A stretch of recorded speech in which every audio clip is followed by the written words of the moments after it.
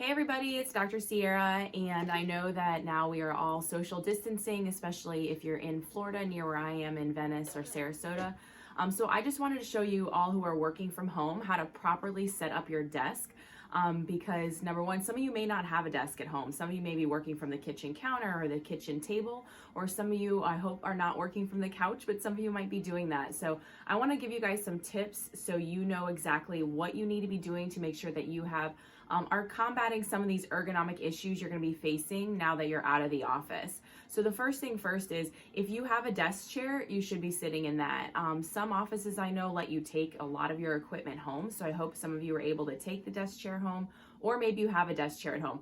That is the most ideal thing to be sitting in, because when you're sitting at a kitchen chair, or maybe you have like a big wingback chair or something like that, there's very minimal lumbar support. So when you're sitting in a desk chair, I'm just going to turn this sideways, you should be having some of this lumbar support. Now, some of you may be telling me, okay, well, I don't have that at home. I can't go back to my office.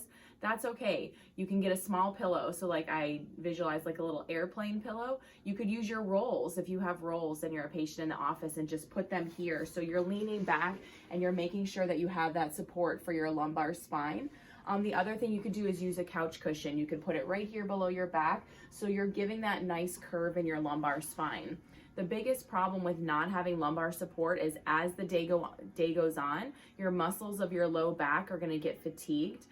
So that will start causing tightness of the muscles. You might start getting back pain. And as this 30-day period continues on, you might notice that you're having a lot of changes in your body. So I'm trying to help you make sure that you can get the best out of this, so that way you are feeling great after this 30 days is over. So that's my first tip. Make sure that you have a chair with lumbar support.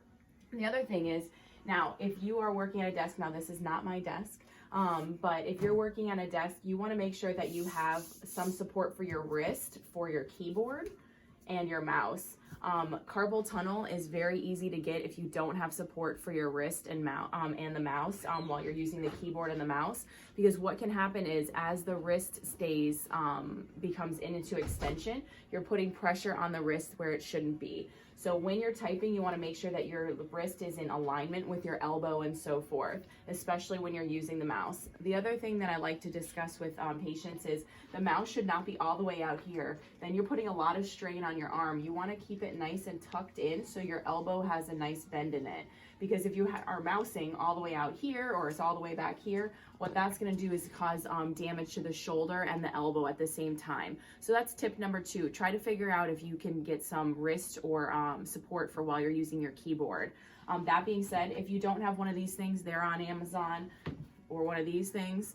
You honestly can take a really long tube sock if you have any of those. Like maybe you have some ski socks, and you could put some rice in it, and then that could be your wrist support. You could do the same thing with a little sock for something like this. This is all that's in there, is little beads. So that's a tip that you can do at home. A lot of the stuff that I'm talking about is available on Amazon, and of course we are still getting mail and postage right now. So don't hesitate to order a few things to make your life a little easier. So the third thing you want to do is, you want to make sure that you have a monitor that's at the right level. So as you can see, this is not the right level for me. And like I said, this isn't my desk. But what you want to do is, you want to elevate this monitor up, so that way you are looking at the monitor at eye level. Now, some of you might say, okay, well, I'm working on my laptop, or I don't have a monitor stand at home. That's totally okay. Get some books. Most of us have books laying around. A shoebox will work perfectly to elevate the monitor. And or if you're working on a laptop, put the laptop up on that stand and get a wireless mouse or keyboard. Most offices are providing those to you, or again, those things are very affordable on Amazon. I think I saw a wireless mouse and keyboard the other day for 15 bucks. So we're talking about a 30-day period, so it's totally worth the investment to make sure that you're not damaging your spine. So those are my 3 tips on how to set up your desk. One other thing I just wanted to share with you guys is, now we're going into this period where we're going to be spending a lot more time sitting. Usually when we're at the office, we get up, we walk around, we talk to our coworkers, we might get some water, we go out to our car, we come in. So we might be spending more time in our chair. That's really going to cause a lot of damage to the low back, especially the discs and the joints of the pelvis.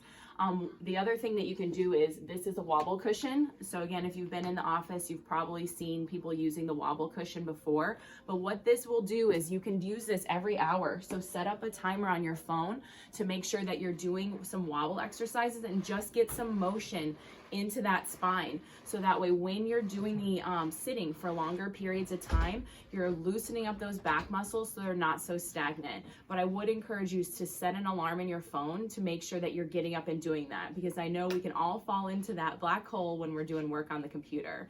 So those are my ergonomic tips. If you're in the Venice or Sarasota area and you are having some issues with your low back, please reach out to me. If you need help setting up your desk, send me some pictures. You can find me on Facebook, Dr. Lee Sierra. You can email me, drleesierra@gmail.com, and I will be happy to help you work through some of these ergonomic challenges that you are having. So again, reach out to me if you need help, and I hope everyone is having an awesome day. Bye.